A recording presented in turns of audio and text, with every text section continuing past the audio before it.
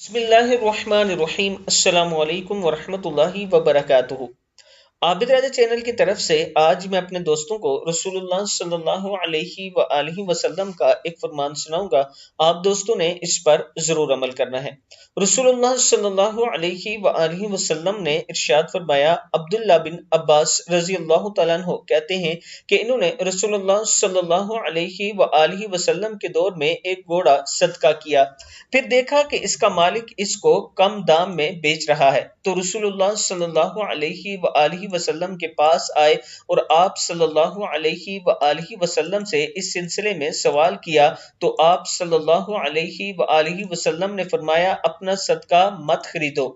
ابن ماجہ میں ہے کہ اگر آپ کسی کو کوئی چیز صدقہ کر دیتے ہو، وہ اسے سیل کر رہا ہے تو آپ اس کو خرید نہیں سکتے۔